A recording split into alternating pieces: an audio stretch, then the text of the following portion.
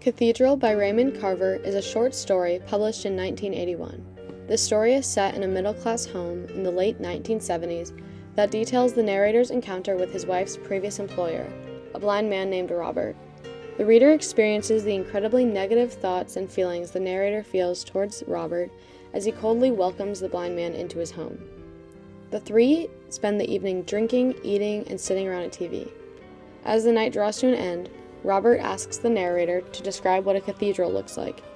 In realizing his lack of verbal ability to complete such a task, the men begin to draw one together with their eyes closed, and we see the narrator come to a sense of metaphorical seeing. This short story critiques the implications of society's materialistic and narrow-minded perspective by comparing the blind man and the narrator. Despite the blind man's literal blindness, he sees with more wisdom and clarity than the narrator. The constant references to seeing and looking develop this theme through explicitly using these words and references to visuals and imagery.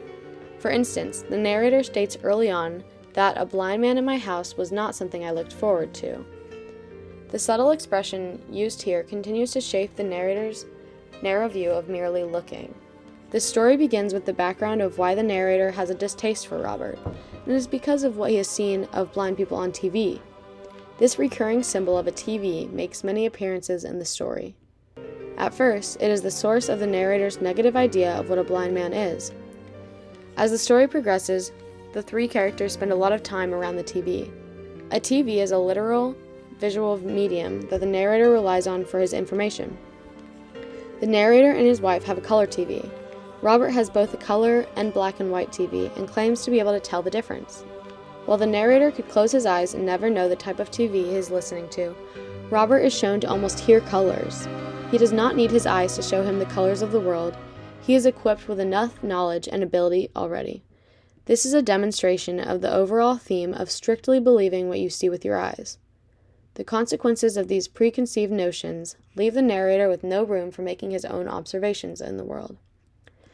Although the story revolves around three main characters, only one of them is given a name. We know the blind man's name is Robert, but only because the narrator's wife references it several times. The narrator uses labels to classify the other characters. Robert remains as the blind man, and his wife simply as my wife. This detail emphasizes on the idea that the narrator refuses to see anyone for more than what he considers them on a surface level. This simplistic way of viewing the people and the world is conveyed in the syntax as well. The short, choppy sentences parallel his refusal to acknowledge the complexity of the world and individuals. The nameless narrator could be any of us. In fact, the nameless narrator is society in general.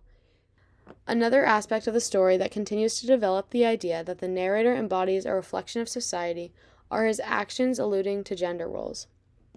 The narrator expresses a moment of sympathy for the blind man's wife because she could never see herself as she was in the eyes of her loved one. There is an obvious irony in the narrator feeling bad for Robert's wife because of how poorly he treats his own wife. The narrator even recounts his wife's tragic backstory without any sense of care about her jarring past struggles with mental illness and substances.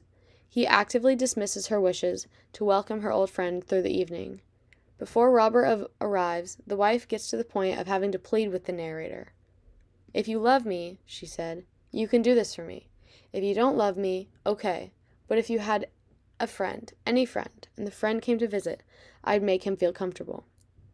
The narrator believes that he makes a better husband than a blind man ever could, simply because he can see her, while it only seems like he objectifies her.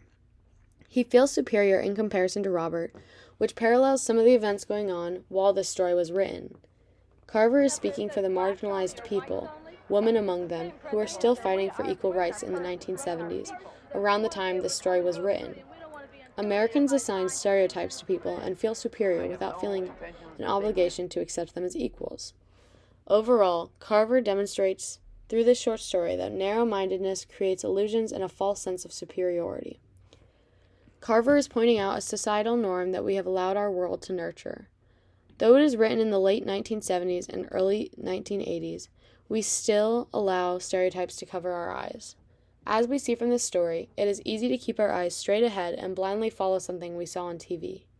What we should be realizing from this story is that we do not have to be the narrator. We should all do our best to respect everyone, especially those that are different from us, and that we should close our eyes and open our minds. The people we find the most different from ourselves can help us to learn the most.